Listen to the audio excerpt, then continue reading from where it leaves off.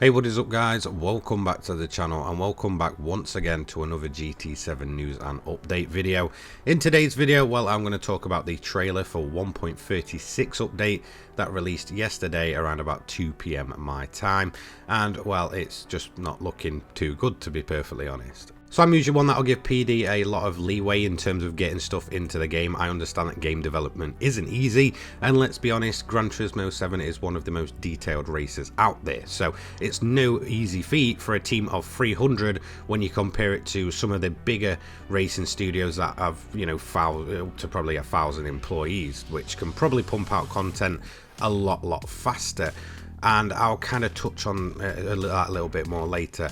But in terms of a track coming, like I said to you guys, just take it with a pinch of salt. This Gilles Villeneuve leak and stuff, code can linger around in the game for the longest of times. It may never even, materialize into anything. Or if you look at like the Nürburgring layouts with the endurance and sprint, it can stay in the game code for many months before it actually drops. So in terms of a track, I wasn't holding my breath. I thought it would have been a good time, for the game to actually release something, even if it was just a layout, just to give us something a bit worthy to talk about. But like I said, I'll go on to that a little bit later. But I wasn't fully expecting anything, and it does seem like everything they've worked on previously since GT Sport in terms of tracks like Watkins Glen and such have come to the game now. So if they are building tracks up from the ground up since GT7 began, then it probably does take a while, and I'm all happy waiting. But this is where you need to balance it out with good content releases. You need to make sure that your, update trailers are interesting, and to be quite honest, the format that Polyphony uses really doesn't fill people with hope, to be quite honest, just like it doesn't me. It's the same format that I believe they've had since GT Sport. They all look the same. It just goes through a bunch of cars and then it just fades away after 30 seconds or so. Sometimes it's a little bit longer, sometimes it can just be that 30 seconds of literally nothing. It doesn't detail the things we want to know. Yes, they go ahead and put it in a blog post, but then when you read the blog post, most of the time it's just absolute naff. Let's be quite honest, most of it is just stuff we're not bothered about. And well, that's going to lead me to talk about 1.36. First, I'll talk about the trailer, then I'll talk about the blog post, and then I will actually link both things down in the description below so you can check them out for yourself or read into more detail of what to expect. Now, I think we all know, obviously, the Gran Turismo movie does come out pretty much worldwide towards the end of August, and, well, their way of hyping this up was a livery for a pre-existing car. Yes, you get that car for free. There's a lot of people saying we don't need another GTR. It is literally just the 18 GTR with a livery on it. Once you click the GT movie banner icon, you'll receive this as a gift car for free, just like we did with the Red Bull 25th anniversary. But to be quite honest, the amount they showed it off in a trailer and acted as if it was a new car was just absolutely pathetic, to be quite honest. This livery has been made by the community for the longest time, ever since we first got a glimpse of that white car with its, red stripes, PlayStation logo and all that kind of stuff. It's been in the game community created.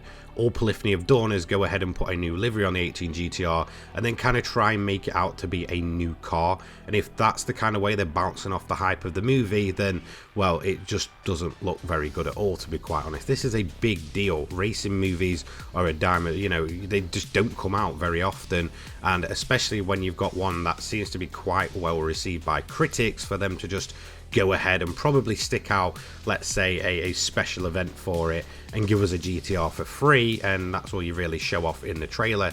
It does seem like a bit of a kick in the nuts and a massive missed opportunity to bounce off of the hype that the movie is going to generate, because it will. There'll be maybe people that have never touched a Gran Turismo game before. There'll be maybe people that haven't touched a Gran Turismo game in many years that go to see the movie and all of a sudden think, oh, I'm going to, hop on their latest game. They may not know anything about it, and then they come in to see this. To be quite honest, it just doesn't seem enough for a game franchise like Gran Turismo to get its own movie and then not to really just get the hype built up in terms of their own game. Just seems absolutely poor. And for me, it was just quite embarrassing watching them kind of advertise that GTR 18 GT3 as a entirely new car when all it is just a livery, and you do have the option to buy it, although, like I said, click that movie banner, you'll get that for free. It was just terrible, to be quite honest. And now on to probably my biggest problem of this entire trailer update, and then when you kind of dig into the blog post it makes more sense, is the fact that they're showing off 4 cars but 2 of them don't come until later down the line. So on Monday you'll get the Maserati MC20 and you'll get the Chevy Corvette C1. However, the ambulance, you'll need to do the viewers campaign to get the early access. I believe you'll receive the reward on the 14th. If you do it a little bit later, then it's on the 21st of August. But if you do miss it entirely, it's not buyable until September, which means that car's going to be taking up part of the September update, I can only assume. And the Corolla, well, again, you'll be able to kind of test it from the 7th, I believe, in terms of practicing for the TGR Cup. You'll be able to do the event towards the end of August and you'll receive it a day after as early access. Again, if you miss that event, you're not going to be receiving that car until September when it becomes buyable from Brand Central. For me, this is terrible. They're advertising there's 4 cars coming this update, but 2 of them are not coming until later down the line. And if you miss that early access event, they're not coming until September. So for me, it is just terrible, just awful decision to do on Polyphony's part, which means on Monday expect 2 cars, wait for the rest. If you miss out on those early access, wait another month. It just seems absolutely terrible, considering that the game in terms of its player base just seems to be dwindling, and this update and the way they've gone about putting these new cars in the game, considering these seem to be the main show of it, are just absolutely awful. In terms of extra content, now it does seem like we are not getting a full-blown cafe menu, which, don't get me wrong, I'm not the biggest fan of the cafe menus, but it does seem like, you know, at least if you're getting some structured races put in, you know, themed around the series, it's all good and it's enjoyable, but we are getting 3 extra menus, and to be honest, these are terrible. It's Aston Martin, Maserati, and I believe key cars as well. Let's be honest, you're going to have all of these done in 2 minutes because you'll probably own all of these cars. It's just an absolute joke. Why can we not get at least some proper structured events, maybe more championships? Again, the fact that this is releasing around the movie, just there's nothing there to just generate hype in terms of the game if you go ahead and watch the movie. So yeah, it just seems absolutely bizarre that we're not getting at least a proper cafe menu or 2, but we are getting 3 extra menus, which you'll have done in around about a minute. It's just, yeah, pretty terrible, and to be quite honest, it just feels a little bit lazy at this point. In terms of escapes, you get in a fire station, that's it. To be honest, that's the one that they kind of spoke about or it mentioned in the blog post. So yeah, okay, cool. But yeah, I don't know, it's just a really bizarre time for Gran Turismo. You'd have thought with the movie coming out they'd have done what they could to build up hype for the movie. Then you've got the end of the year, and it just seems like so many missed opportunities. It's almost like they take 1 step forward with one update and then take 2 steps back, and again, it's just a rinse and repeat cycle with them. The trailer format seems tired, it barely tells you anything. You dive into the blog post to try and find out a bit more, and to be honest, with what we are seeing in the blog post, it just doesn't look very good so far. That doesn't mean that things cannot change, let's be honest. The patch notes do contain more things. I'm sure they'll put events in, but that will be that kind of the be all or end all really for this update, considering the format and the way that they've gone about it.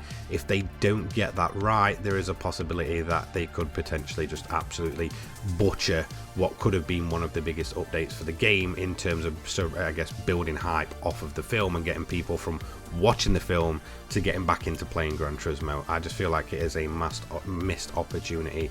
So who knows what they'll do. Hopefully we get something else decent with this, but in terms of the trailer and that blog post, I'm just not too hopeful, and I do not like the format that they've taken to, you know, go ahead and split the cars, so you'll get 2 on the update day and then have to wait down the line. And I think, you know, people have got jobs and stuff, they might not be able to make the events, they might work away and stuff, and the fact that they'll have to wait another entire month to be able to go and use them cars if they miss these early access events just doesn't sit right with me. And probably, you know, I mean, it's probably going to leave about 50% of the play base actually getting the cars in the end, if that. So overall, I think 1.36 trailer and blog post just absolutely put a bit of a nail in the coffin for Gran Turismo. I think people are just absolutely going to go up in arms about this. To be quite honest, there just doesn't seem to be enough there to generate hype around this time of year, especially with other big races coming out. That's my personal opinion. Yeah, I just wasn't very pleased at all. But that's going to be it from me. Let me know what you thought of 1.36 down below. Don't forget to leave a like, comment, subscribe to stay up to date with everything Gran Turismo 7, including coverage of the update from Monday and then into the month. Massive thank you for your support recently. If you do want to get your hands on some free samples and such, check out my Wraith link down in the description below, as I am partnered with them. And a big thank you to all of my channel members. See you later, guys. Peace.